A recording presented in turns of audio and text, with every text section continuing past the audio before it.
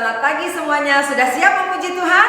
Ayo kita mau hancurkan markas iblis pagi hari ini. Dan kita mau angkat panji-panji kemenangan, panji Tuhan Yesus Kristus. Dan anak-anak menjadi saksinya Tuhan. Dimanapun kalian berada, jadi saksinya Tuhan. Amin.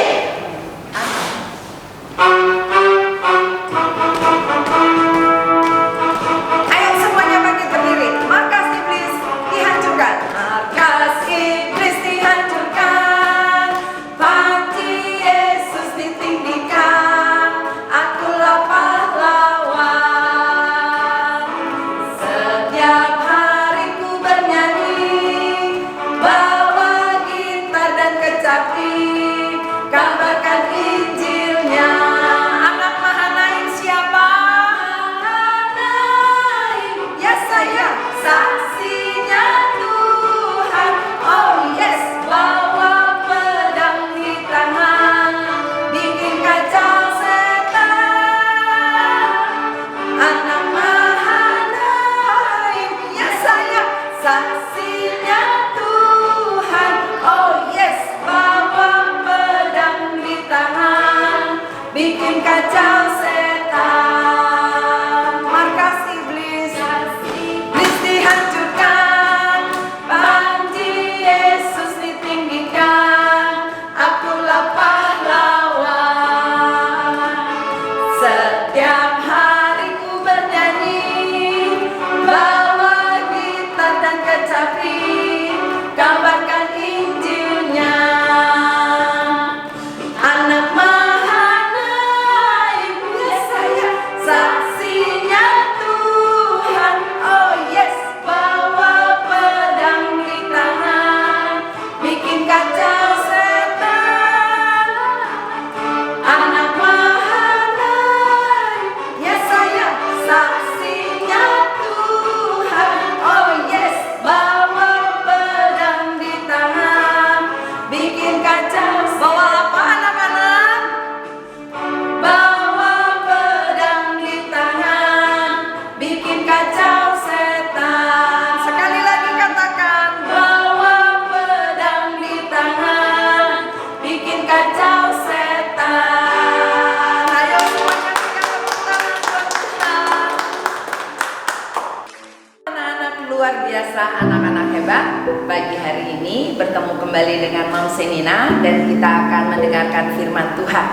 Sebelum kita mendengarkan firman Tuhan, mari kita berdoa. Tuhan Yesus, kami bersyukur, kami berterima kasih kalau pagi hari ini kami dapat mendengarkan firman-Mu.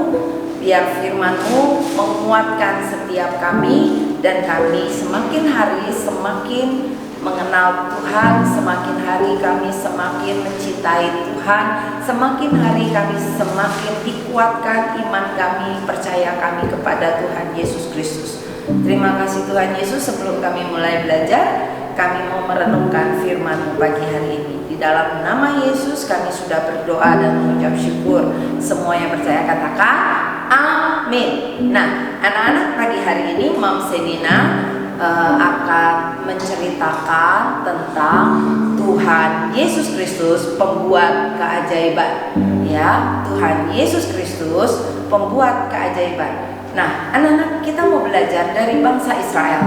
Pada waktu itu bangsa Israel setelah Musa meninggal, maka Yosua menggantikan Musa menjadi pemimpin bagi bangsa Israel untuk masuk ke tanah perjanjian.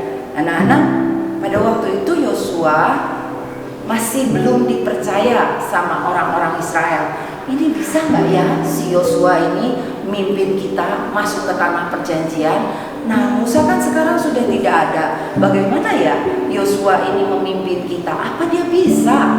Nah, anak-anak, jadi Tuhan pembuat keajaiban. Tuhan mau orang-orang Israel ini percaya sama Yosua, dan Yosua bisa memimpin bangsa Israel sama seperti Musa memimpin bangsa Israel. Tuhan menyertai Yosua sama seperti Tuhan menyertai Musa.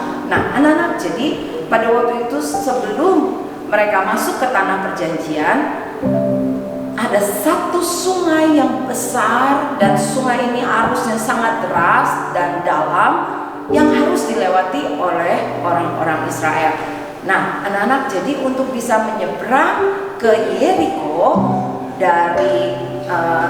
dari Sitim, dari padang gurun itu, orang Israel harus melewati sungai Yordan. Sungai itu deras arusnya, dalam lagi ya sungainya. Waktu orang Israel keluar dari Mesir, orang Israel dipimpin sama Musa, dan mereka berhadapan. Di depan mereka ada laut Teberau. Terus di belakang mereka dikejar oleh tentara Mesir. Nah, Musa menunjukkan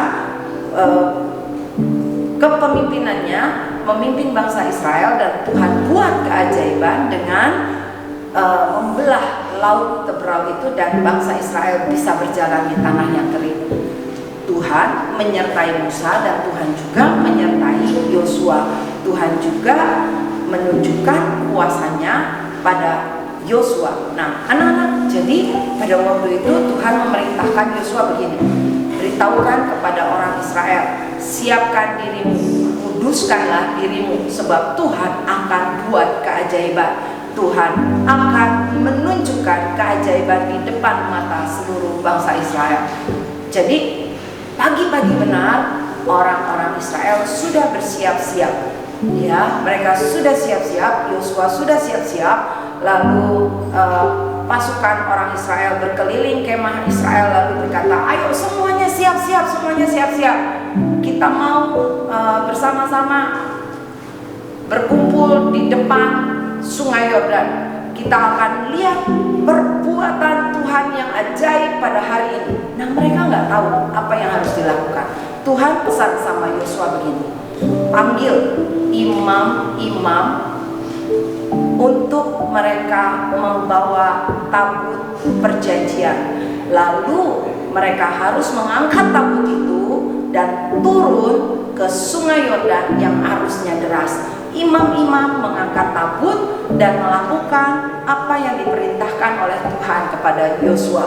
Mereka angkat tabut itu, dan dengan perlahan-lahan ya mereka berdiri di tepi Sungai Yordan. Dengan perlahan-lahan sambil mengangkat tabut, mereka lalu masuk ke Sungai Yordan. Begitu kaki para imam itu masuk ke Sungai Yordan, anak-anak tahu apa yang terjadi? Kalian lihat, begitu kaki imam-imam itu menginjak air Sungai Yordan, maka air Sungai Yordan itu berhenti mengalir, dan air Sungai Yordan itu tersibak, lalu air Sungai Yordan itu menjadi seperti tembok di sebelah kiri dan kanan, dan kelihatanlah tanah yang kering. Lalu imam-imam yang mengangkat tabut perjanjian berjalan di dasar Sungai Yordan itu, di tanah yang kering itu. Begitu bangsa Israel melihat itu, ya mereka sangat-sangat heran. Mereka memuji Tuhan. Tuhan membuat keajaiban. Tuhan luar biasa. Tuhan, kami akan menyeberangi Sungai Yordan ini. Ya, lalu bangsa Israel itu mulai turun, dan mereka mulai berjalan di tanah yang kering, sama seperti pada waktu Musa. Bangsa Israel berjalan di tanah yang kering di tengah-tengah laut. Sekarang ini mereka dipimpin oleh Yosua, dan mereka berjalan di tanah yang kering di Sungai Yordan. Mereka melewati Sungai Yordan, dan Tuhan berkata pada Yosua, imam-imam yang mengangkat tabut itu harus terus berdiri di situ sampai semua orang Israel selesai berhasil menyeberangi Sungai Yordan dan sampai ke seberang, sampai ke Yeriko. Nah, anak-anak, imam-imam terus berdiri di situ, dan Yosua terus berdoa kepada Tuhan. Tuhan berkata kepada Yosua, ini waktunya aku membesarkan namamu di depan semua orang Israel. Ya anak-anak, jadi pada waktu itu Yosua, orang-orang Israel sungguh-sungguh mereka melihat Yosua ini sama seperti Musa, menjadi pemimpin yang besar, menjadi pemimpin bagi bangsa Israel. Anak-anak, lalu Yosua mengumpulkan 12 orang, satu orang dari setiap suku Israel. Untuk apa? Untuk mengambil batu dari dasar sungai Yordan itu. Mereka waktu menyeberang sungai Yordan, mereka ambil batu-batu, ada 12 suku, berarti 12 orang. Lalu 12 orang ini ambil 12 batu, dibawa ke seberang. Untuk apa, anak-anak? Lalu Yosua membuat tugu peringatan, ya, dia buat tugu peringatan. Ada 12 batu, dia susun 12 batu itu. Pada waktu mereka udah sampai di seberang sungai Yordan itu, lalu disusun jadi tugu peringatan, supaya nanti kalau ada anak-anak cucumu yang bertanya, kamu bisa menjelaskan, ini batu apa disusun-susun seperti ini.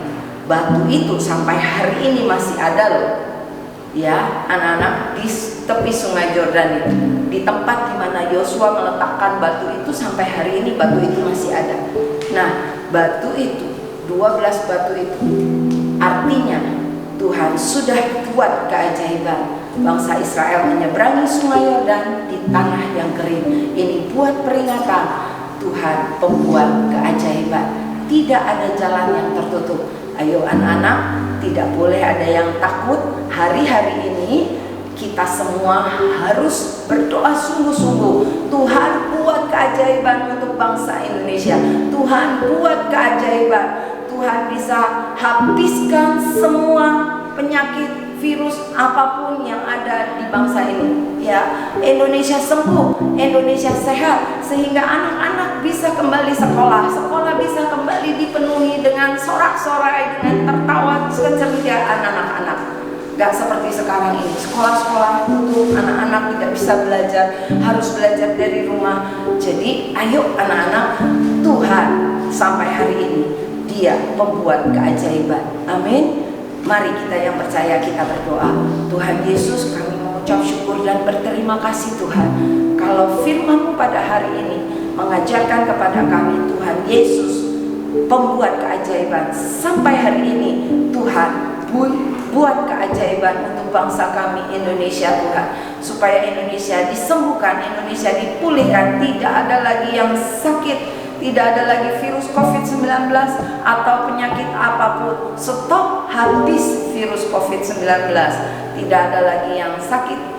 Semua yang sakit sembuh, tidak ada yang tertular. Terima kasih Tuhan, kami berdoa, kami mengucap syukur. Kami minta Tuhan supaya kami bisa kembali sekolah, supaya kami bisa kembali belajar bersama dengan teman-teman kami di sekolah. Di dalam nama Tuhan kami Yesus Kristus, kami sudah berdoa. Engkau Tuhan pembuat keajaiban.